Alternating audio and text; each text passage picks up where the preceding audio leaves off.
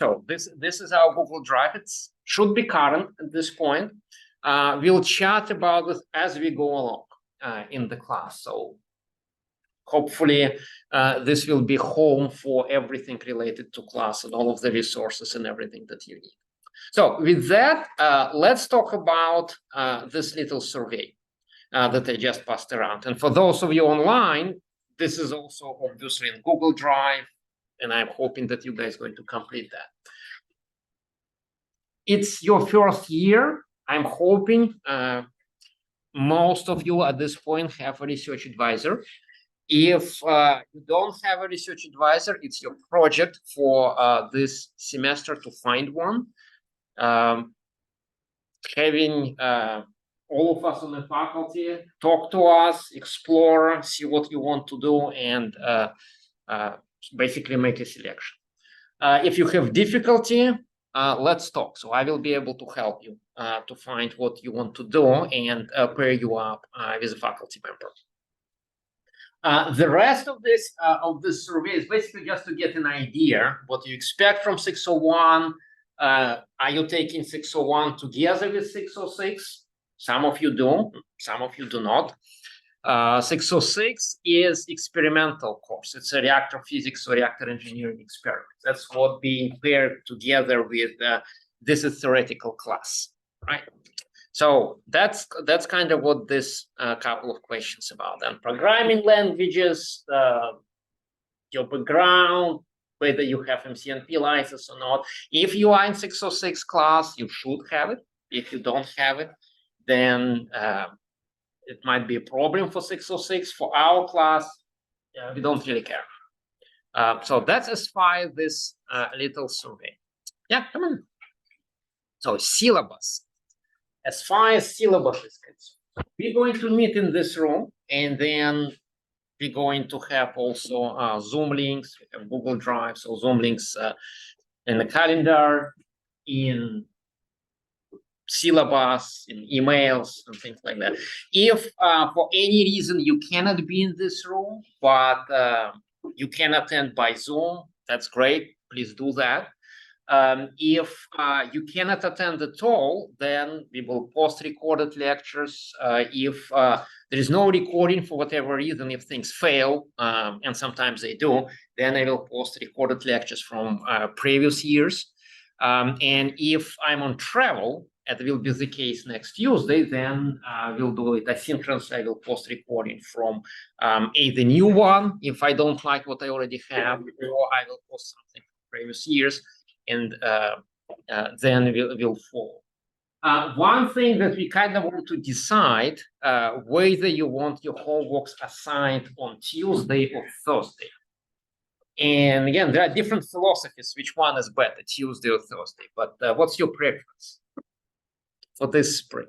Thursday or Tuesday? Tuesday. He wants to ask if the assignment is made on Tuesday, when is the due date? Same the following Tuesday, so they're weekly. I don't care. So if you have Thursday as an so you still have a weekend, right? And you have a little bit more days in the week to talk about it. So it's a matter of preference. So there are pluses and minuses. It depends how you structure what you do. So what it's going to be. So what do you want? Thursday. Okay, let's try Thursday. Let's see, and we'll try to stick with it as schedule allows. And in some weeks it might be possible. Some weeks, especially after exams, when we readjust, it might be difficult. But let's assume Thursday will be time for the exam, and then we'll talk about it later. The way it's going to work: you're going to upload your homeworks by Thursday midnight. But I'm going to give you a grace period until noon of the following day. So basically until noon on Friday to submit. So if you need extra time, then half a day on Friday, we'll still consider it on time. And then we'll talk in a moment what happens if you cannot submit for whatever reason by even noon on Friday. Don't know whether I need to introduce myself. I'm Dr. Tsvetkov. My office is 205B on the second floor. email. Certainly, if I'm in the office and we need to talk, come by. But if we need to set up separate time, shoot me an email and we'll figure out what might be the best time to do that. Shouldn't be a problem. We have a TA that I will fill this later, but we do have TA for our class. TA will help us with homeworks. So I will share homeworks with TA, and TA will give me assistance grading homeworks. Exams, we'll have quizzes, other things I will grade on my the class, as far as description, this is nuclear reactor theory class, right? And it's a little bit unusual nuclear reactor theory class compared to classes that you will take pretty much everywhere, anywhere else in the world, because we decided that just reactor physics is not enough, and we need to have in this class thermodynamics and heat transfer and fluid flow.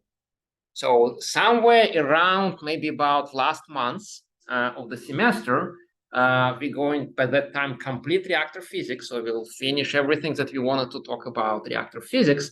And we're going to switch and spend a little bit of time for introductory heat transfer and fluid flow, talk about single phase, talk about two-phase flow, and then make one more leap and talk about thermodynamics, Carnot cycle, Rankine cycle, Brighton cycle, and things like that. The reason for that is because this class is part of our core courses that we highly recommend, and most of you generally expect to take if you are in our master program. So 604, 605, 601, and 606, right?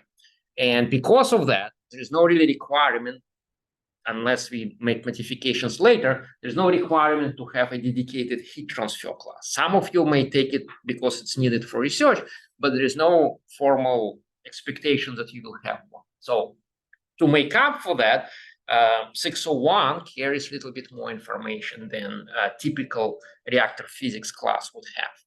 So that's as far as what you guys going to expect. It's not particularly intensive class in terms of what it is that we're going to talk about. As far as math, other things, I put together a list that generally would be a good things to have, but in nuclear engineering, we're fortunate we're solving just one equation in different geometries. If we venture to radioactive decay, it may be counted as two, but we are not particularly math intense, at least at the introductory level. It gets intense in research, but at this level, there is not much. If you're comfortable with differential equations, first order, second order, it's analytics, it's simple, it's something that you can do by hand. So we're not going to venture to numerical solutions too far. So I think you will feel comfortable. It's something that you can do on back of the envelope type of calculations. Some basics linear algebra, remembering what vectors are, some basics of nuclear physics might be good, some basics of other topics will be self-contained. So whatever we need for this class, I certainly will not assume that we can pick up it from other classes, so this will be self-contained. But generally, when you look at the syllabus or you look at this list here on the screen, that's kind of what I think you should be comfortable at this point. For example, after 605, you should be comfortable with counting statistics. For example, do we need it in this class? Not directly, but we'll talk about Monte Carlo. That's where it might become useful. Similar with radiation detection. It's not a detection class, it's not an instrumentation class, but understanding how various quantities actually measured sometimes helpful. And whatever is difficult to measure, usually difficult to obtain from Monte Carlo calculations, for example. So that's what topics covered. We're going to have 14 topics. We're going to kind of build knowledge related to nuclear theory. We're going to talk about some fundamentals. We'll start a little bit of today, and then we'll finish next week. We'll introduce equations. We'll do both deterministic and Monte Carlo transport. To the extent that class allows you to introduce things, we'll talk about cross-sections, nuclear data that you need to describe what happens in system that has neutrons, basically. In classes like 604, we talked about all possible radiation types. Whatever elementary particles we have, that class included that. This class, just neutrons. So very, very easy. Just neutrons, nothing else. We're going to come up with equations for neutrons. We'll start with something more general that has very little of assumptions, and then we will simplify that model to something with fairly constrained assumptions, but it's something that you can do analytically. And then we're certainly not quite flexible with equations. So you can do a PhD dissertation just about how to set up geometry for a deterministic calculation. In those areas, stochastic models and direct simulations are usually helpful. So we'll talk about them as well. And then stay with diffusion theory, stay with that simple method of looking into different reactors, looking at how they look like, what's important, and things like that. And we'll do that for simple elementary geometries. We add space first, we add energy, then we add time component to that and kind of build the model. At the same time, talking about physics of what's going on in the reactor. Assignment-wise, we're going to have two kinds. So we're going to have regular homework assignments weekly, and I'm also going to give you semester-long design assignment, which will be just one problem, essentially, from complexity of it. But we're going to take that as an opportunity to do and talk a little bit about the design considerations. And that's going on for the entire semester. You're going to finish that with a report. Right. Then after we finish with time, we'll look at different time scales. We'll look at things that happen rather fast. So we're going to talk about reactivity feedback, something that happens on a seconds scale. And then we will venture to composition changes and talk about days, years scale, and talk about nuclear fuel cycle from that.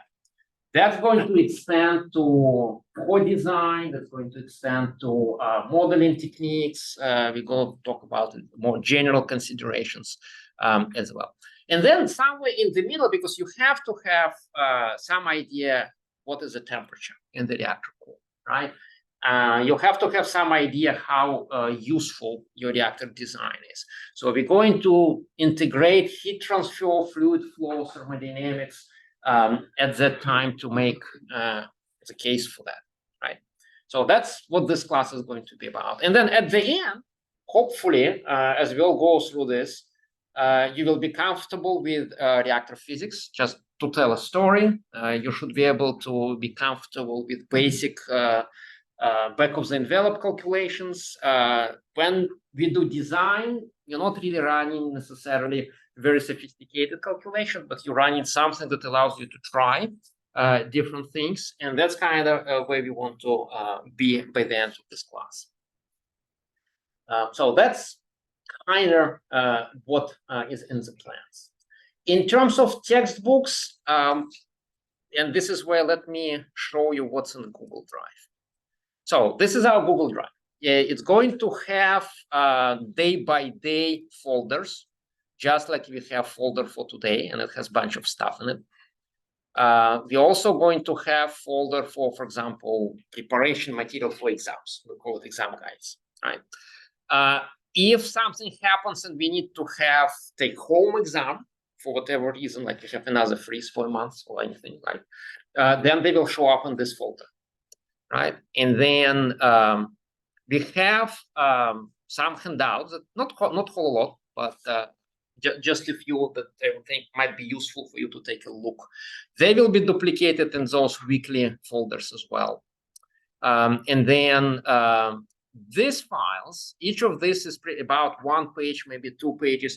They kind of give you either a reminder or example how to do simple calculations. For example, how to compute atom density, how to compute macroscopic cross-section, microscopic cross-section, things like that. With some numerical examples.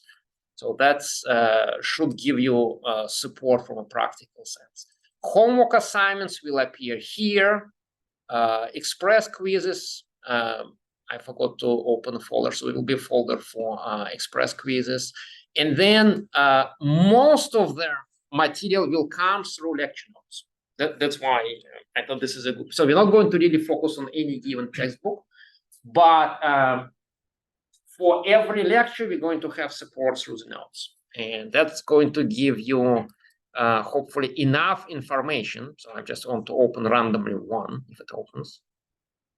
Hopefully. Yes, I want to read the file. So it's going to give you derivations. It's going to give you theory, text to study and things like that. So maybe on average about somewhere between 20 to 40 pages. So that's what's in this file, in this folder. And this is the entire set for the entire class. So if you want to go faster, you can. So you can read the whole thing in one shot, right?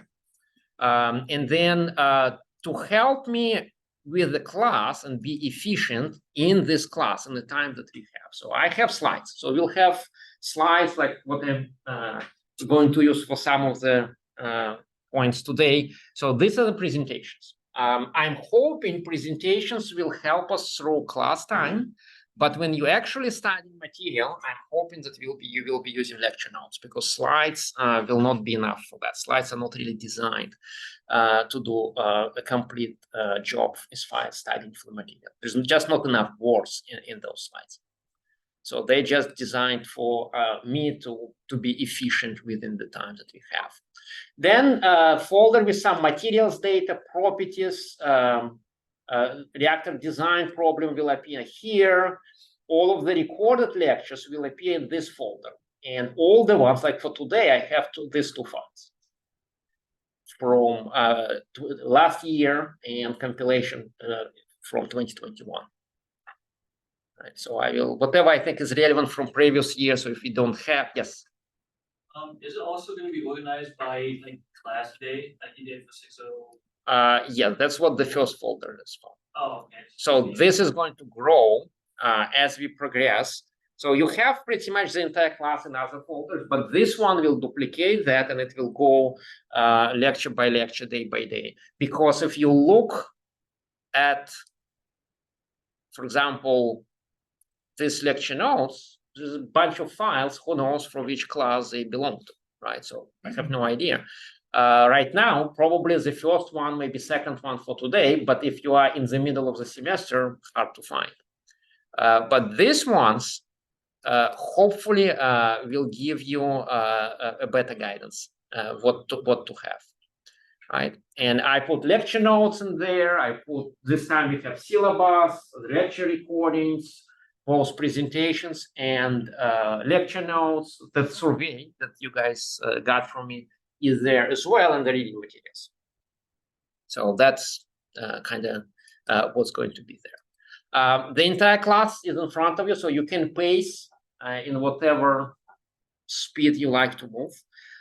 Generally, I'm hoping that you will have time to look at the class material in advance, so that you not get surprised by what we're talking about here, and use this time more for questions. And I will give you highlights certainly in the time available, but I'm hoping that most of the preparation and study time will happen outside of this. We just don't have enough time, right? So then going back to the syllabus. So with lecture notes being the basis, there are still great books that you should be familiar with, you should know. And even so, classes like this one relying on lecture notes, it would be good by the end of your career at Texas A&M, be friends with a couple of textbooks.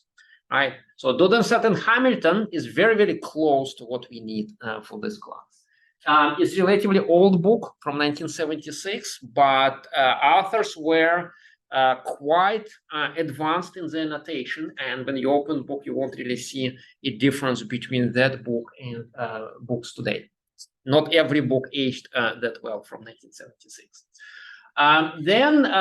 Recently, so I put original version, but there's a little bit more recent version by Wes Stacy of nuclear reactor physics. It's not a book to learn from, but what Arthur did, he compiled all the books, including Dudenstadt and Hamilton, under the same cover, going from diffusion to transport to other things.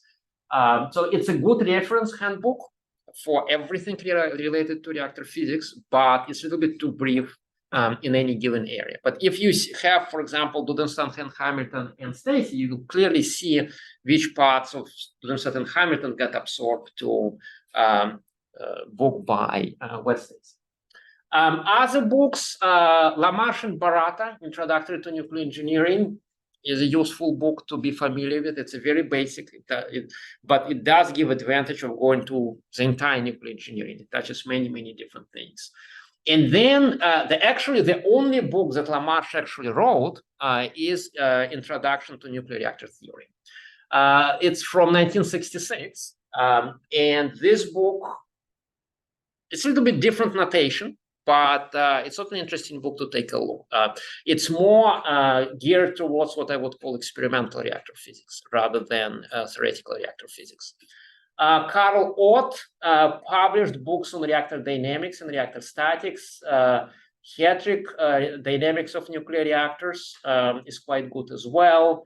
Our very own Dr. Miller, who is on our faculty and who used to be Assistant Secretary for Nuclear Energy, and before that, Director of Los Alamos National Lab, with Dr. Lewis, wrote a book in 1993 focusing on computational methods and neutron transform, which is a great book, very, very helpful, very easy to study and understand what this method is about.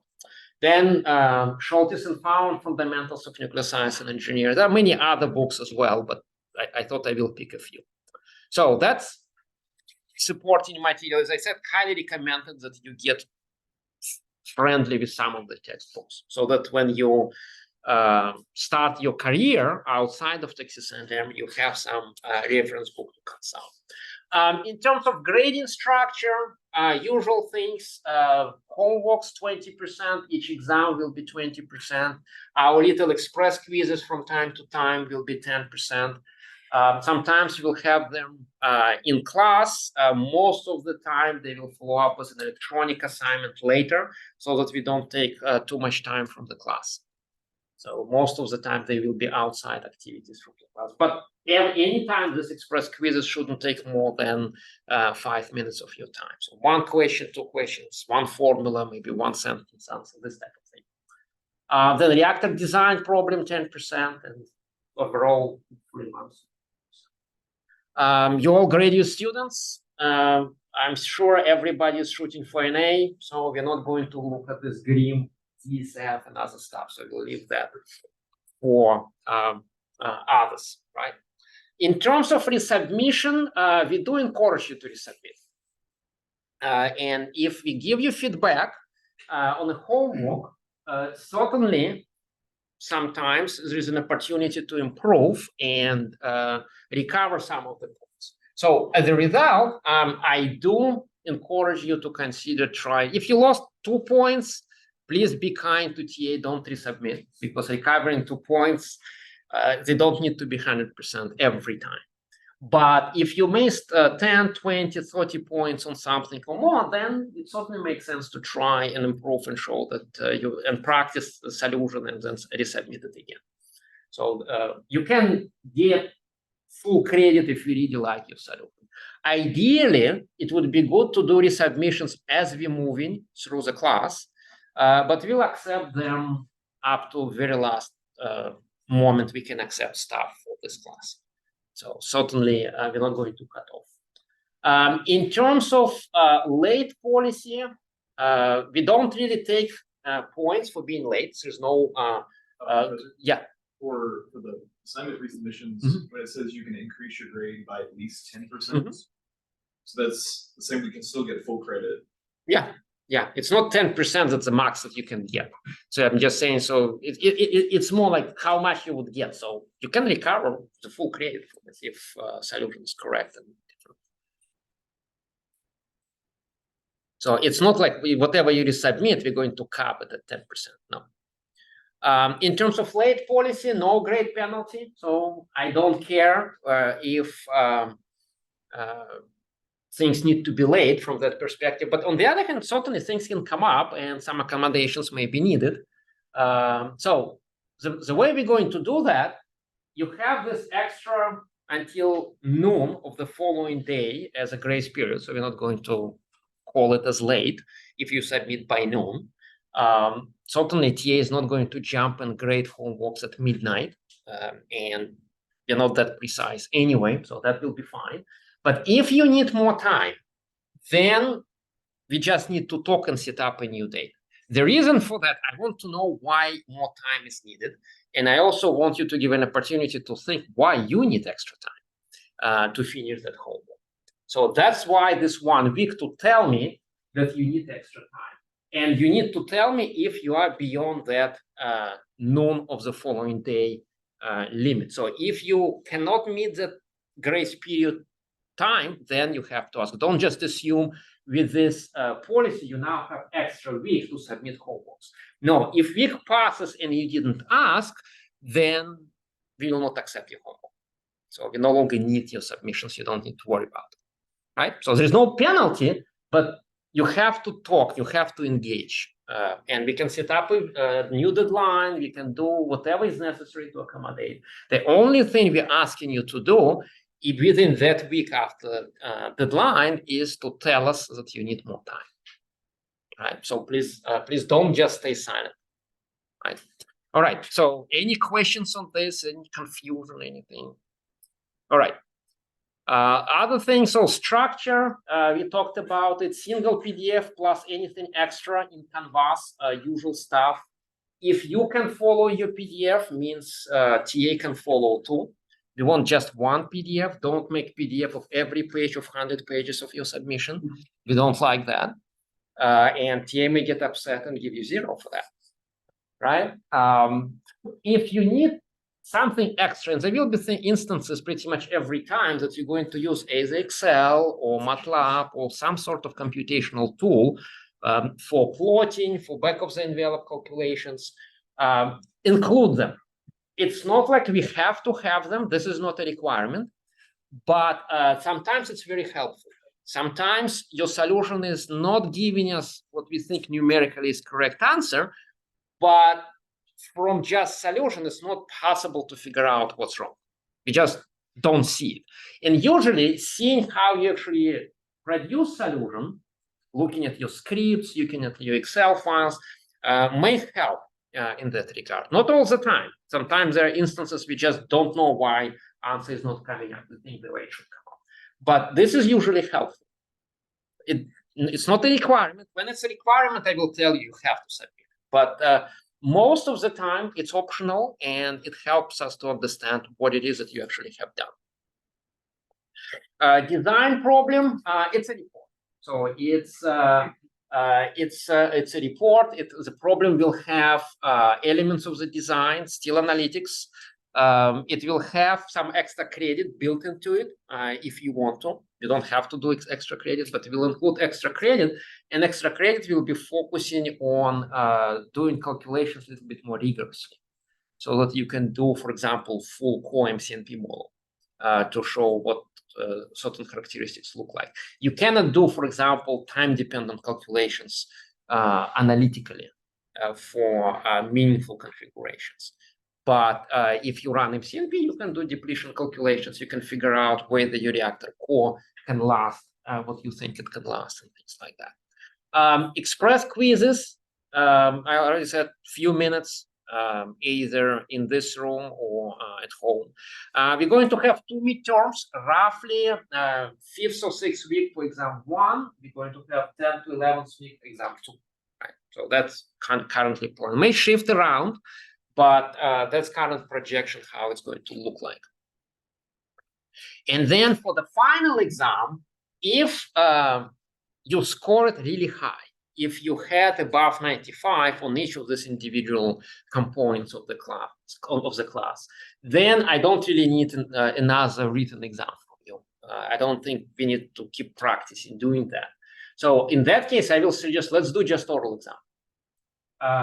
It's up to you. If you want to do it, please do it. If you don't want to, conventional written exam is another option. Academic calendar of the university tells us it's going to happen on May 2nd, which is Thursday between 3 and 5 in this room. If we can reserve larger room than this for all exams, either midterms or final exams, we're certainly going to do that. Because it's kind of crowded for the exam. So we'll try to get into either 111 or 301 for the exam purposes. But this room generally intended for the exam time. And then additional optional parts. So sometimes you do written exam and it's just not your day, right? So it's just not coming out the way you think the correct answer should come out. For those instances, I will give you a chance to tell me that you actually know the material. So you will have this optional comprehensive oral exam. So do oral and tell me, we'll have conversation as far as the format of the oral exam. You have a conversation, we talk about exam, some general topics. So it's a bit more general in nature, not necessarily just limited to the exam. And that's the opportunity to convince me that you actually know the material of the class, even though every possible assignment went in a different direction. Right. Again, completely optional. So you can just say, yeah, I'm an engineer. I'm not a politician. I don't want to talk. I just want to have my written assignments graded. I want my score and leave me alone. Right. Perfectly acceptable. Then this is the thing for you. Right.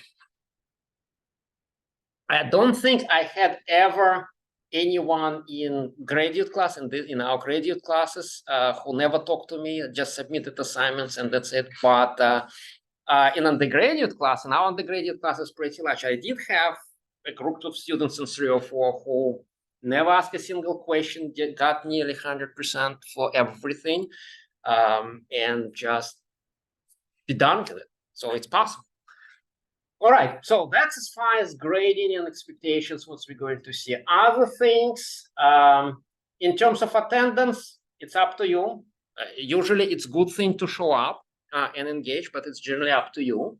We're not going to have any team assignments, but if you team up and work together, I still expect individual submissions from every one of you. And to avoid questions why there are some similarities, just write who you worked with, who you collaborated with, talked about, and so on. But we do still expect that if it's an individual homework, then it should be an individual submission.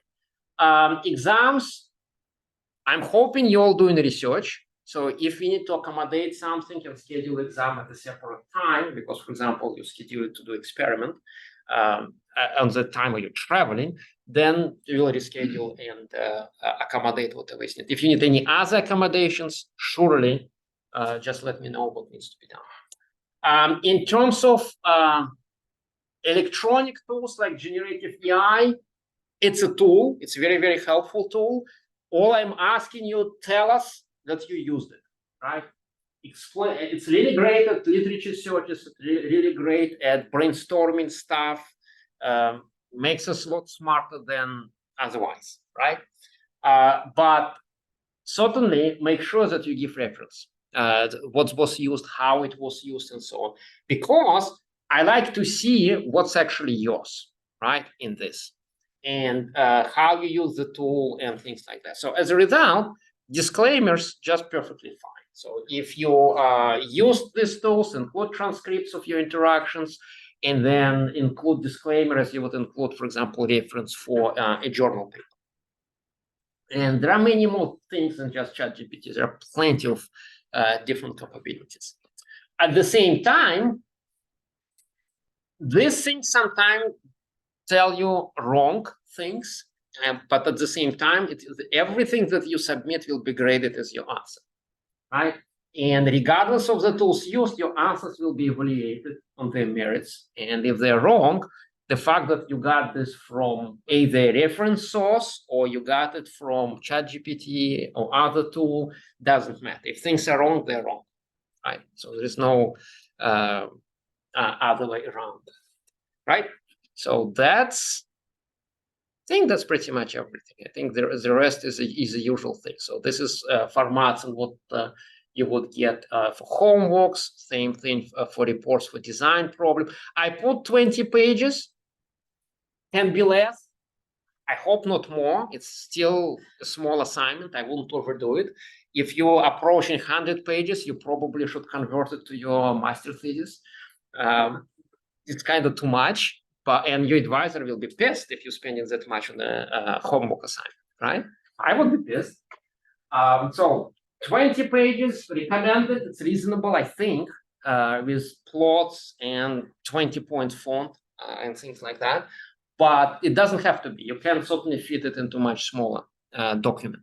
But it needs to be a report. It's not something that you want to have a handwritten. So we're talking about a report because it's a design problem. And then I already talked about working together is great. Just don't get us surprised why things look identical, right? So we just want your teammates listed. All right, so this is a table with lecture by lecture, week by week stuff. The importance of that, this simply tells you what are the topics included in exam 1, right? And then after that, we move to exam 2. Exam 2 is cumulative, right? So we'll take what you already know from exam 1, add new stuff, and have exam 2.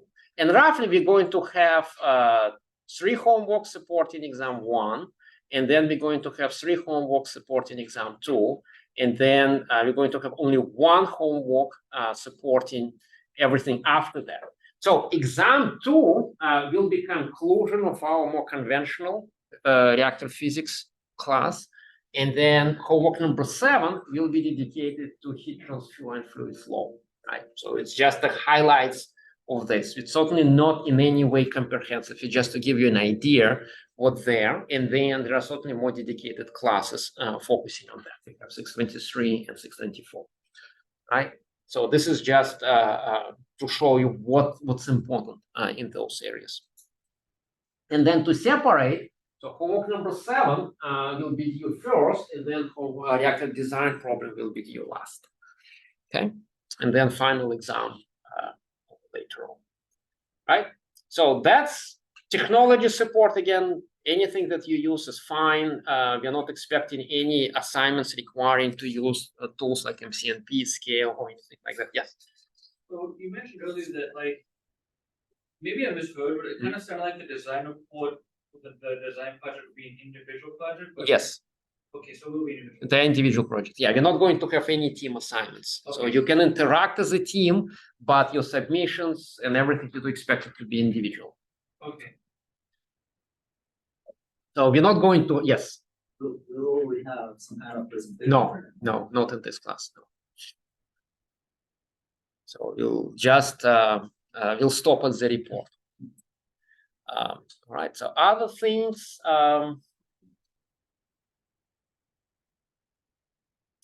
general advice, engage, participate, and things like that, that will carry through everything. There are a couple of links you may find useful in the syllabus. The rest of it from page 12 down is university policies that support our being here at Texas A&M. So there's no surprises, they're fairly common sense, every one of them, but this is what the rest of the syllabus is about. So if anything we need to accommodate, certainly don't stay silent. If anything going on that require accommodations, let us know. So that's as far as syllabus is concerned and what's going to be our guidance for the class. Any questions? So anything class related. So we have longer time than Monday, Wednesday, Friday. So our class ends at 12:25 and we begin at 11:10. So we have not a whole lot of time. Probably we would want more, but generally it's longer than we would have in Monday, Wednesday schedule when we really stop at 50 minutes. Any questions? Any? All right, then let's carry on. So let's carry on. So we're not going to finish the discussion of these introductory topics, but the first couple of chapters in lecture notes, they're just introductory stuff, just to get you up to speed, remind you about things, and show you something that you probably have seen many times. We're going to begin with talking about some fundamentals of energetics of nuclear reactions. We're not going to dive into them the way we do in other courses, because we're focusing on macro behavior. We're not focusing on individual nuclear reactions, what's conserved in them and things like that. We're focusing more on macro level interactions. Things that might be of interest to think about at this stage, for example, in other classes, we talk about quantum mechanics, right? In classes focused on reactor physics, there's very little quantum mechanics, practically none, right? And we don't really use Schrödinger equation for anything, right? So the equation for you to think about, why, right? If you took a physics class, theoretical physics class, Schrödinger equation was very, very important, right? We're still talking about nuclear interactions. We're still talking about elementary particles hitting nucleus and causing some damage, and then we studying effect and taking practical use of those effects. But we no longer care about Schrödinger equation for some reason. So the question is why, and what is the difference? Why we come up with something else? So when we have oral exams, when we have discussions, I will ask you about it. So in this introductory things, there are some special nuclear units like electron volt, right? Atomic mass that we use in nuclear engineering. There are also physical constants. If you look into nuclear data files, and you'll make a stop, almost in every class, we make a stop talking about nuclear data files.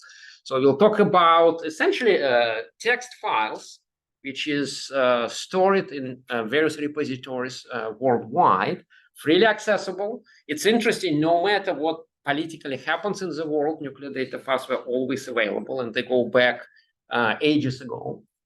They're text files that contain nuclear data. And today, nuclear data files show you information about, for example, nucleus structure, either in terms of carbon-12 mass, that's what atomic mass unit does conventionally, or in terms of neutron mass, recognizing that it's more logical consider a neutral mass than carbon-12 from practical sense. But it's not a common practice, so they give you both numbers. And sometimes they're close, and sometimes they're very, very different. Then, of course, there are physical constants, and generally more or less consistent notation. In nuclear engineering, in reactor physics, neutronic side, you may already have noticed that we're very consistent with notation. In thermohydraulics, heat transfer, fluid flow, usually if I'm doing something and there's another expert doing something, we'll have different notation because I have to have my own. There is no way I will use something else. So notation is very, very specific. In reactor physics, pretty much anywhere in the world, you will see small sigmas for microscopic cross-section, capital sigmas for macroscopic cross-section, regardless what the rest of the language used, right?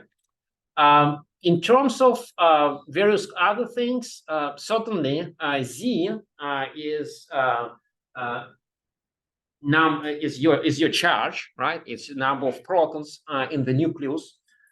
Sometimes we use Z for other things. So the notation not entirely every way Z is just that, but typically Z is atom number in charge.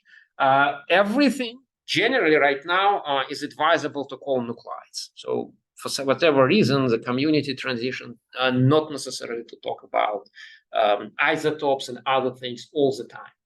But nuclide is just a pair of A and Z. Right? Everything is nuclide. M is atomic weight. There are other letters sometimes used for that. For us, we'll use M whenever it's relevant. Whenever we're doing calculations and trying to account for material properties, we have to know atom density, right? And atom density is mass density times Avogadro number divided by atomic weight.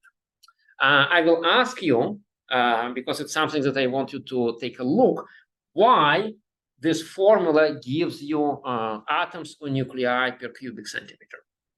So how would you get that? So you have mass density in, say, kilograms or grams per cubic centimeter or per cubic meter, and then you have Avogadro number and atomic weight. And somehow when you lump all of this together, you're going to end up with nuclei per either cubic centimeter or meter, whatever comes out. So I want you to see that unit conversion. And those how-to files, it's illustrated. You can consult files that called atom density there. Or you can just try to put together proper units for every quantity here, for atomic weight, for Avogadro number, and see how you get nuclei per cubic centimeter. Once we calculated that, you can calculate now fractions, and you can do fraction of atoms of certain type in a mixture, right? And sometimes it's abundance. If mixture is natural, it's abundance. On the other hand, sometimes we just like to use atom percents. It's just a preference, right? And do all of the calculations in terms of atom percent. And it's just, if, for example, I have mixture of uranium-235 and uranium-238, then I'm interested what would be a fraction of uranium-235, we call it enrichment, right? In the entire mix of atoms of uranium. Right, so that's what this is. If it's natural, then we call it abundance. If it's enriched, then talk about enrichment. The other approach to do it is to talk about weight percents. When we would say, yes, I have mass density of certain component and I have mass density of a mixture, so I will take that ratio and talk about weight percents instead, right? And in some instances, it's very important to distinguish the difference. The formulations sometimes easier using weight percents, and sometimes formulations easier if you use atom percents. And of course, it's important to know what the conversion is between atom percents and weight percents. They're roughly similar numbers in the ballpark, but knowing how to convert from one to the other is certainly important. So I will ask you that question. So how would you get from weight percents to atom percents, for example, and vice versa? If you have a mix of different things, then you can calculate atom density of a mixture. You also can calculate using composition information, for example, atomic weight of the entire mixture. For example, combination of uranium-235 and uranium-238. Other things that's useful for us, if you are a reactor designer and for whatever reason you want to take a risk and design stuff from scratch, right? For most of us, we don't do stuff from scratch in nuclear engineering. We usually take book from 1950 and just reinvent old stuff. But if you want to do stuff from, no, I'm serious, there is no new stuff.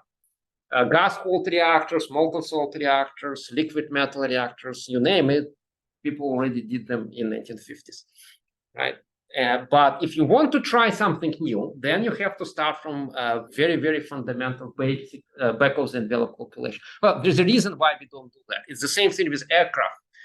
We want to have very little risk, right? When you board an airplane, you're hoping things will not fall apart, right? And most likely they won't unless it's a Boeing, right? But most of the time they don't, right? So as a result, the risk has to be very, very low. As a result, you go through evolutionary changes rather than doing something from scratch with very significant change. But if you want to look at new materials, if you want to look at something that's not necessarily has historical examples, then you can start with the basic principles and say, yeah, I want to look at the new fuel, for example, right? And I want to see whether I will get a little bit more attractive energetics of the reaction from my mixture of nuclides. Then you will have to look at binding energy. You have to look at Q-value of nuclear reactions to figure out what might be attractive, right? So this stuff becomes important and you start looking at fundamentals at that level, and then you transition to macro properties at that point. But the development is longer If you're doing this for practical purposes, if you're a vendor, if you're trying to commercialize, deploy that, the development path is longer. And that's why traditionally this is not, it hasn't been a practice, right? I gave you a couple of reminders tables like this to just summarize what radioactivity is.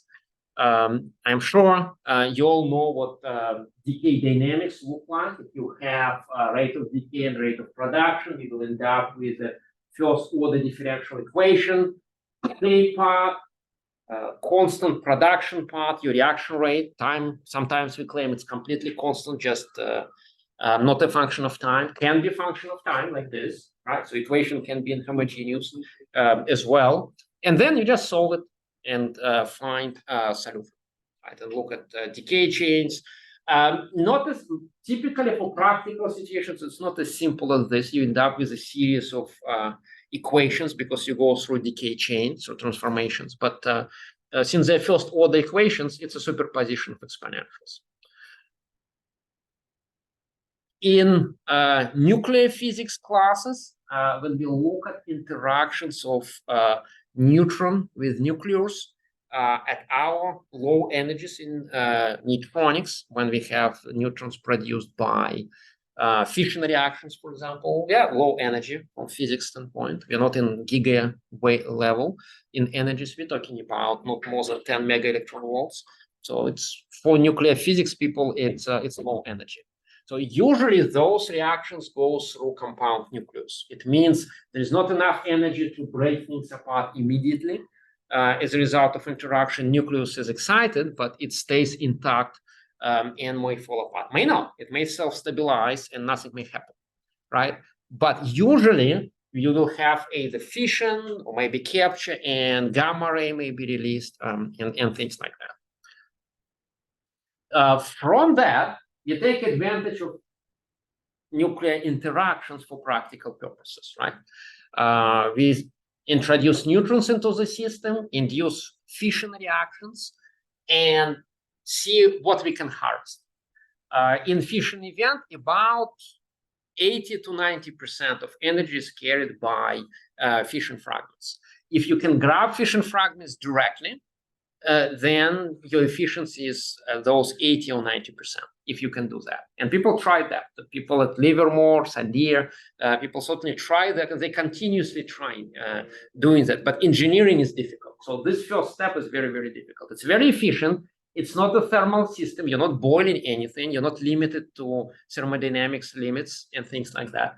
But it's very, very difficult to do. So as a result, your efficiencies become much, much lower than theoretically possible.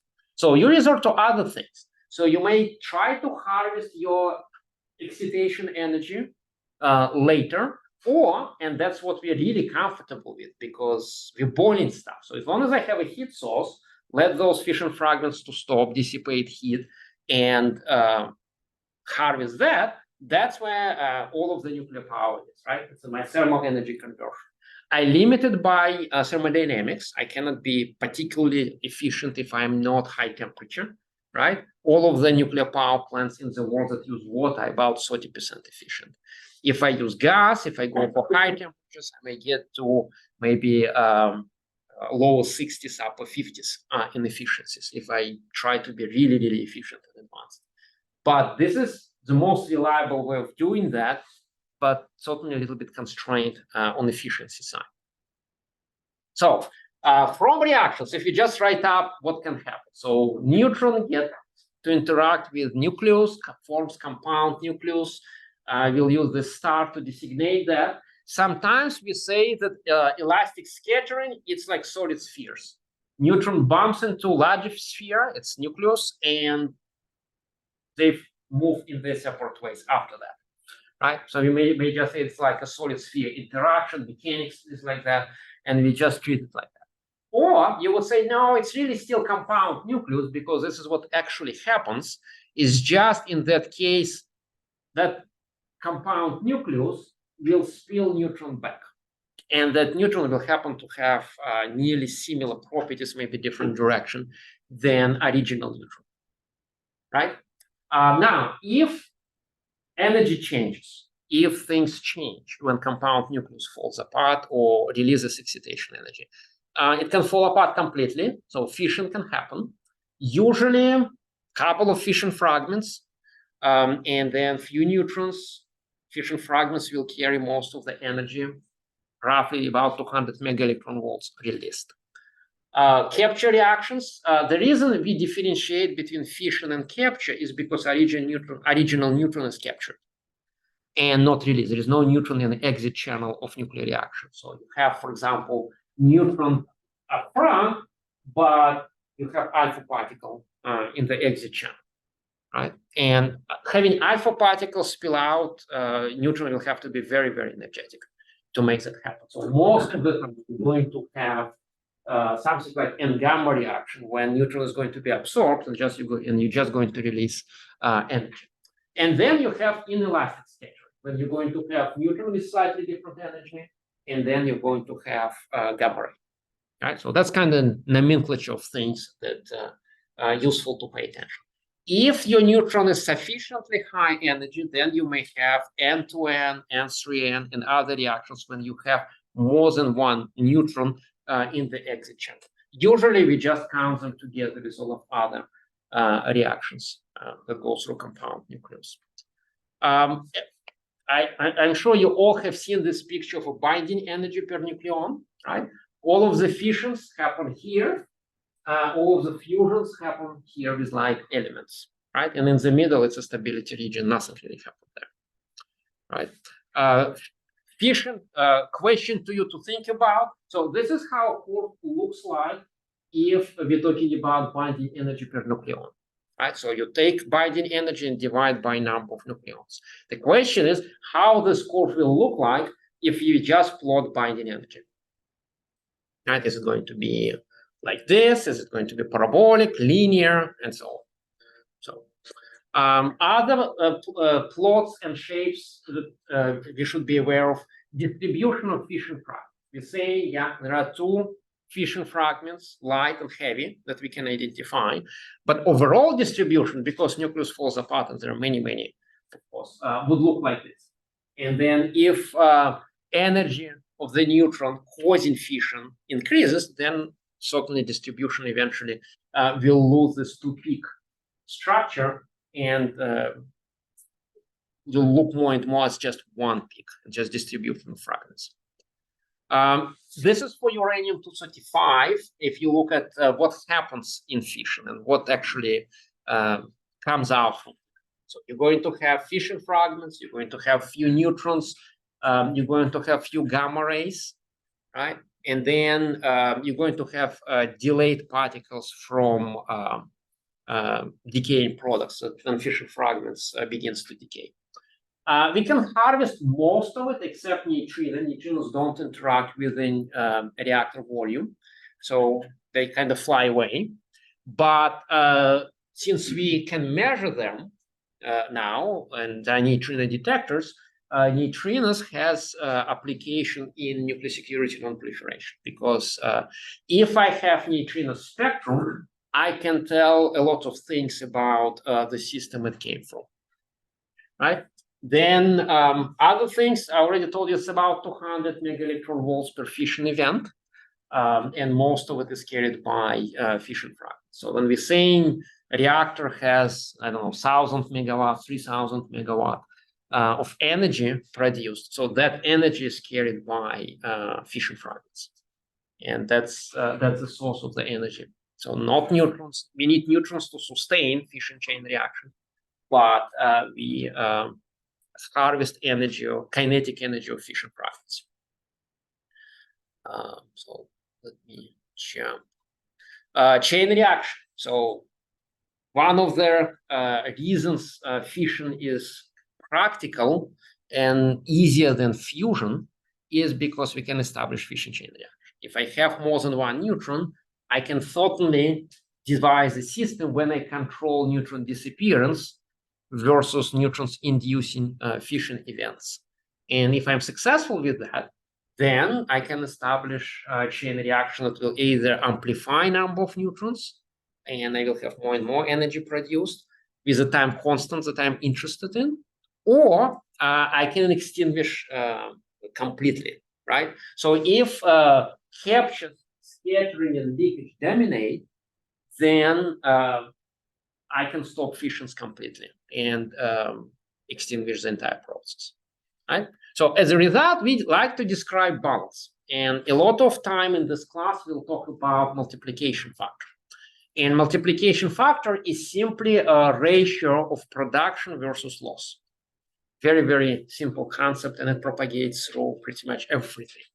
The other way to talk about it is to talk about multiplication as departure from complete balance, from unity, from criticality, right? So we'll take particular number associated with this production versus loss and subtract 1, right? Because 1 is where they're in balance.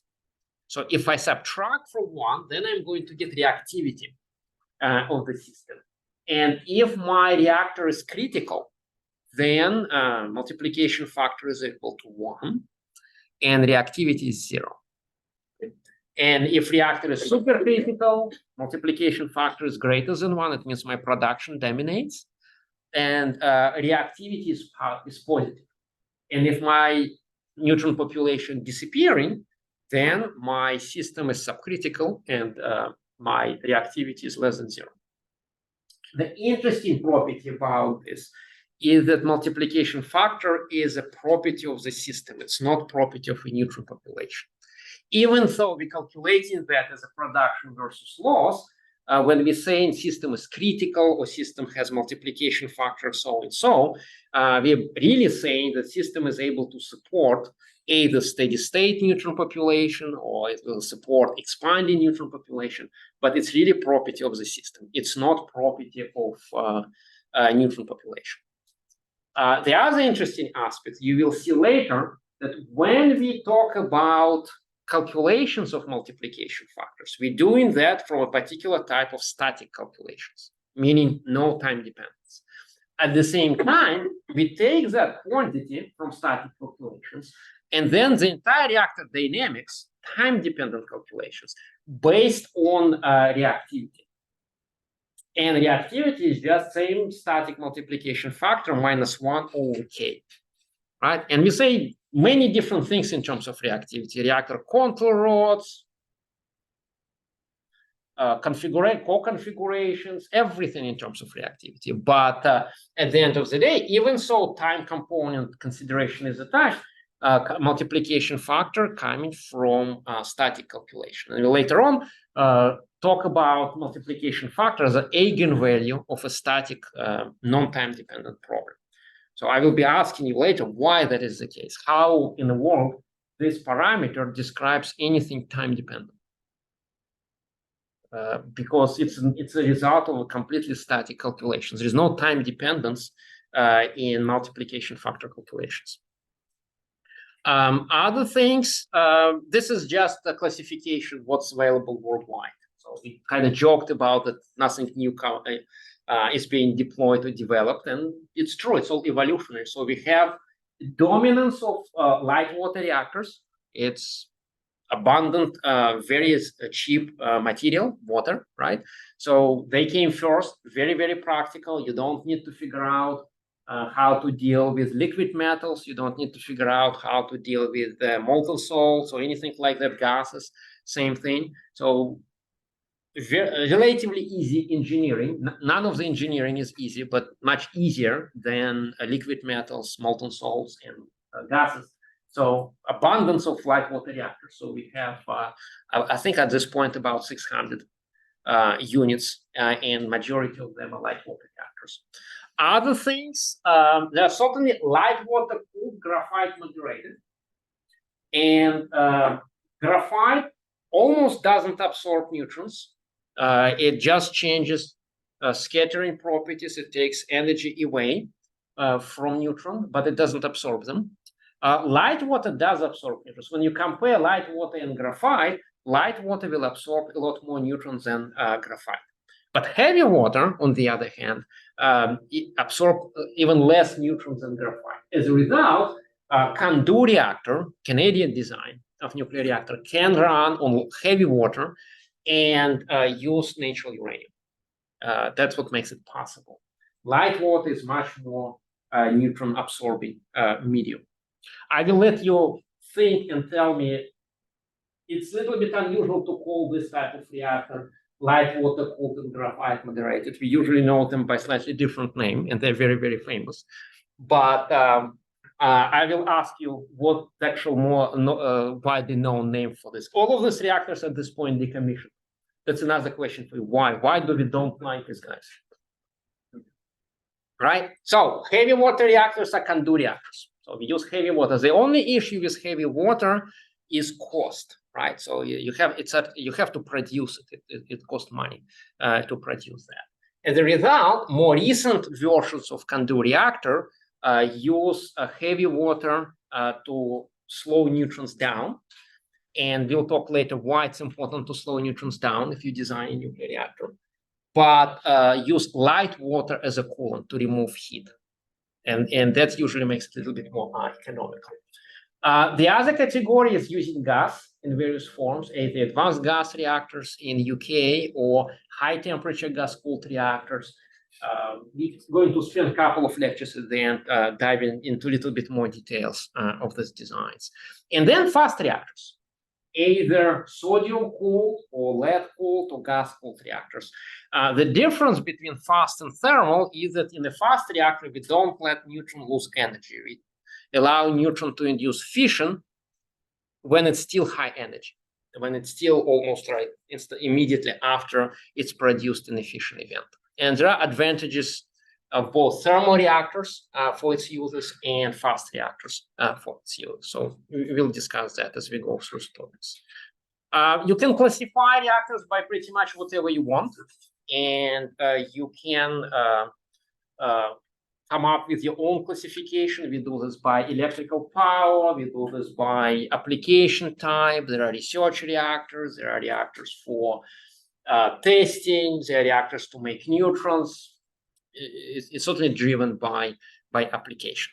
So, and the rest of the class, we're going to hit every one of these topics. For as a reading material, so this set of notes I created basically as a reading material. So what I did, I took the entire class and I get rid of the equations. I thought we'll just read it and look at what's important, look at the phenomenology and things like that. So this section, we're not going to talk about it right now, but this section, we're going to touch it a little bit next week. But generally, it meant for you to take a look at all of the fundamentals of nuclear systems from the behavior standpoint and discuss various design aspects, various behavior aspects, but without hitting models and equations behind, simply because equations are a little bit destructive. If I see equation, I may panic, and no matter what I say after that, I will always think about that equation because I have no idea what to do with it, right? So I might feel much more comfortable talking about phenomenology before equations hit me with stuff that will panic me again, right? So that meant to be that kind of phenomenological discussion with some definition. So take a look, take a read of that, and then we'll come back to it next week.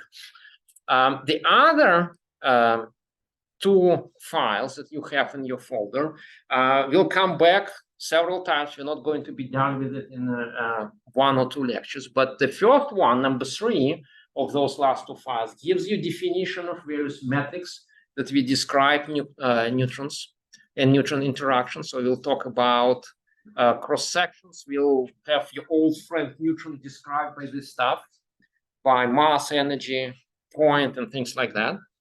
So we'll devise density of neutrons in a medium, and then we'll devise flux out of that, showing where neutrons going. And that's going to get us to ability to talk about cross sections and how to calculate various properties that allow us to study what neutrons going to do in a certain medium. And then the last one that I'm hoping you will visit before we get to talk about it is beginning to designing equations for neutron transport. And we do that in a very, very simple way. Conceptually, you'll simply create a balance, right? In a radioactive decay case, we say that we have production and loss. I'm not going to jump there, but we have production and loss. In neutron transport, we kind of do the same thing. We come up with a balanced conservation equations, and we look at production terms and divide them. We look at loss terms and divide them, put all of them together, and form integrally differential neutron transport equation. We have derivation of this kind. And then because mathematically, if I have integrally differential form, I can come up with integral form of the equation. They are complementary to each other. If I have integral form, I can have differential. If I have differential, I have integral, right? So we certainly can come up with integral equation. And then certainly numerical methods developed and many dissertations written how to solve these kinds for various geometries. And the first step in solving them for various geometries is to figure out how to either simplify the geometry or devise a method that will be able to capture details of the geometry, right? So that's deterministic transport. So we're going to spend some time talking about this. And then we're going to simplify these models a little bit more so that we can actually solve neutron transport equations in some form for our practical applications. So we run out of time. So let me stop on that. Next week, again, on Tuesday, I'm on travel. So we're going to have some materials and recorded lectures posted in Google Drive. But we're going to get together again on Thursday.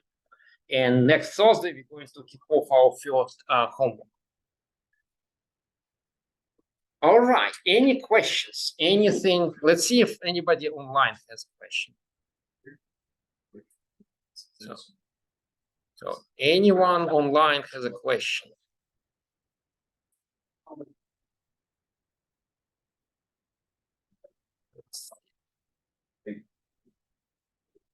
Survey just by email.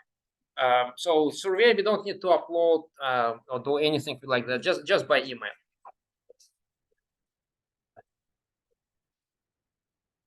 Online Canvas will open by the time we need to use it, by the time we have something to submit. Maybe sooner than that, but generally, by the time we need to submit the first homework. All right. I think that's all. All right, guys, let's stop on that. Do complete the survey. I do want your answers. And see you next time. Thank you. Thank you. So Google Drive for materials, thank you, is you have a link to Google Drive in syllabus, and then you should see it actually in your list of Google Drives. It should appear automatically. Okay. But if you want a link, then syllabus has a link. Okay, so I'll get on Google Drive and get the homework that way and have it ready for the Canvas unlocks for Thursday next week. Thank you, sir. It's shared. So in a syllabus, so let me. I copied the link. So if you have list of your other Google Drives, it should show up automatically. But if it doesn't, if you click on this link, it should just open. Yep. And if it doesn't open, let me know. We'll figure out why it doesn't do that. Okay. For the due date will be on Thursday, so every Thursday, time to publish the work. Yep. In the. So we'll talk in class about what's assigned. We'll talk about problems assigned, what's expected, and that's going to be for the week. And then the following Thursday, or basically by almost Friday, we'll have the if you need extra time, then you just yep. Right? It was this week. That was good.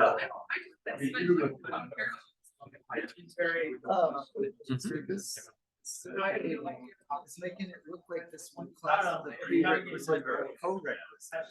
No, in graduate program we don't really have prerequisites for anything. So the classes are pretty much